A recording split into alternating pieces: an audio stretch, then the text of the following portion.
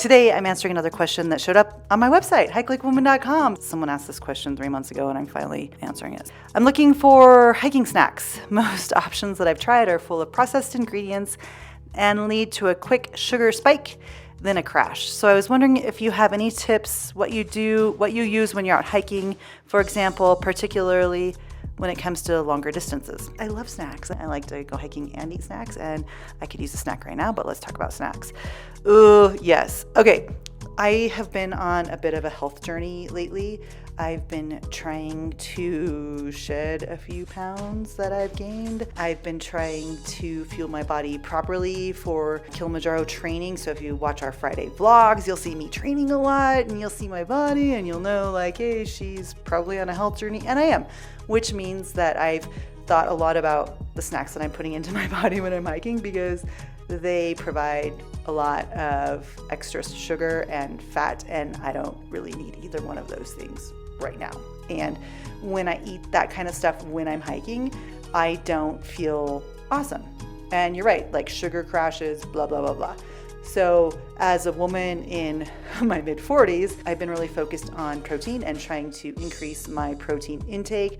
I've also thought about like what vitamins and nutrients am I getting out of the food that I'm eating?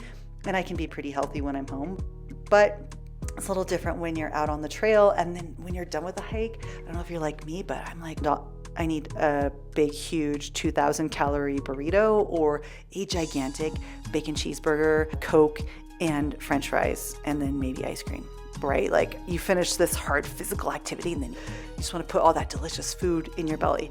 So I've tried to reframe how I think about hiking, and I've tried to just be consistent with what I'm eating at home, trying to see how I can eat that on the trail.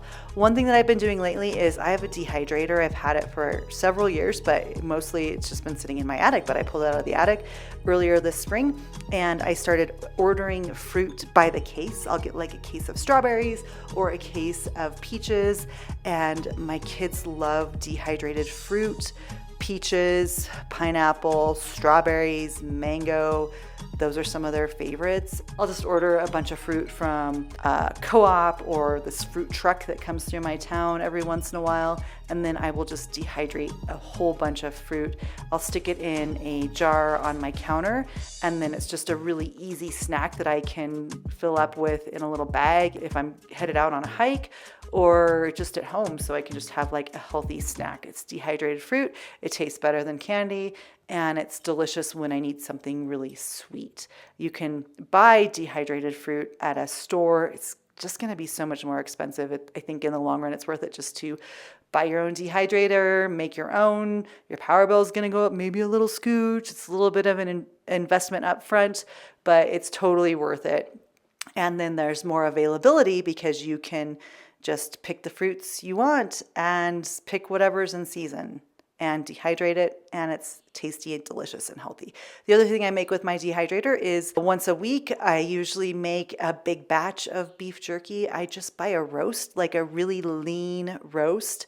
I stick it in the freezer for a few hours, and then I slice it into very thin strips, and sometimes a butcher will do that for you. I just cut it myself. I marinate it overnight in a little bit of soy sauce, a little bit of onion salt, a little bit of garlic salt, and a little bit of pepper. And I let the meat just soak up all of that flavor, and then I throw it on the dehydrator. I let it dehydrate all day long.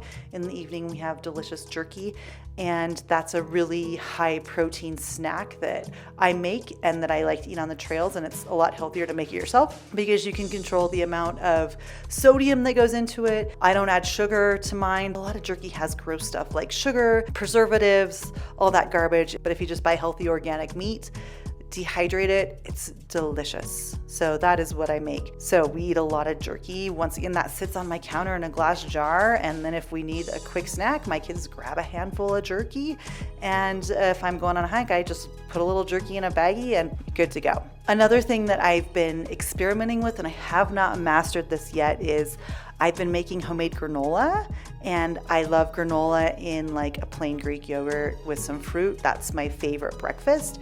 And I looked at the back of a package of granola that I thought was healthy, and I was like, Just because they say it's cane sugar still makes it sugar. Oil, so I make my own granola and it's delicious. I've started to make it kind of like granola clusters, kind of trying to squeeze it together to make it cluster-y. I haven't quite mastered granola bars with my homemade granola, but that is my next step. But once again, when you make granola, it's like oats. I put a little bit of local honey in it, a little drizzle of olive oil, some dried fruit. Sometimes I add like dark chocolate, whatever I have on hand, coconut flakes. I do pumpkin seeds, sesame seeds, sometimes some chia seeds. You can really put some nice, healthy, good grains in a homemade granola bar, and you can make it with healthy fats and low in sugar.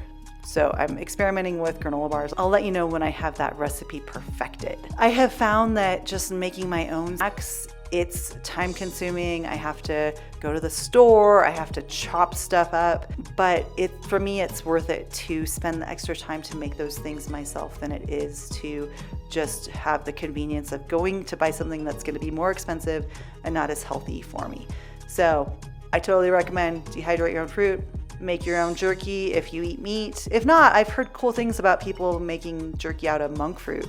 So I don't know, I haven't tried that. If you have any thoughts about like what you eat or make on the trail, some go-to snacks that you have that are relatively healthy, I'd love to hear about it. If you have a question that you want me to answer here on the channel, go ahead and send it my way, Rebecca@hikelikewoman.com. You can find us on the web, hikelikewoman.com, or whatever. Send me a DM. We're on all the socials. Thanks so much. See you next time.